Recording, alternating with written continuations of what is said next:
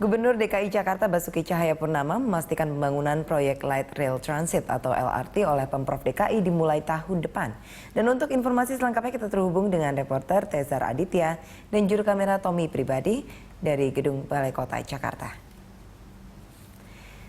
Ya, selamat siang Tezar. Bagaimana proses lelang dan juga pembangunan proyek LRT sejauh ini, Tezar?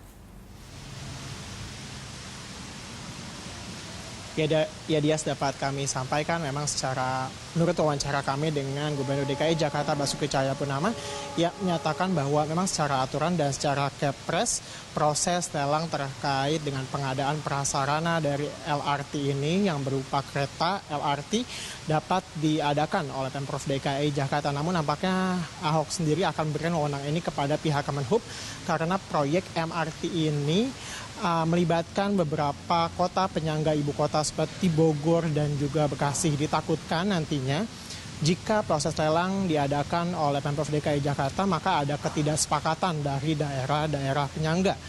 Dan untuk selengkapnya mari kita dengarkan hasil petikan wawancara kami bersama dengan Gubernur DKI Jakarta Basuki Cahayapurnama. Kan yang nanti kita mesti bicarakan karena yang lelang kan saya kan dikasih Kepres, saya boleh lelang atau boleh meminta Kemenhub yang lelang.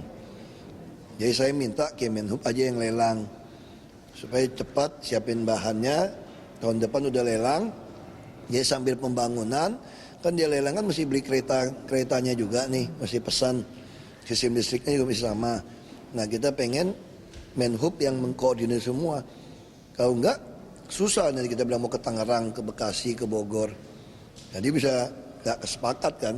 Kalau ada Menhub, kita siapin sarananya, prasarannya kita siapin, rare-nya semua, nanti keretanya urusan lelang ke swasta. Ya, selain itu Dias, Ahok juga meminta nantinya sarana yang berupa perlintasan kereta LRT ini juga dimiliki oleh pemerintah.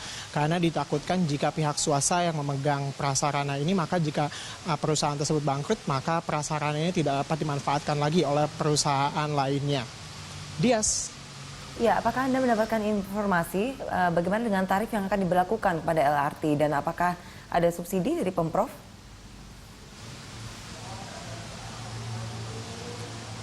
Ya, berdasarkan hasil wawancara kami dengan Gubernur DKI Jakarta tadi, bahwa hingga saat ini belum ada skema subsidi yang ditawarkan oleh pemerintah.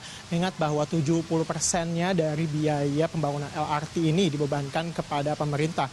Namun mengenai tarif ini masih harus menunggu proses lelang yang akan diadakan oleh Kemenhub nanti.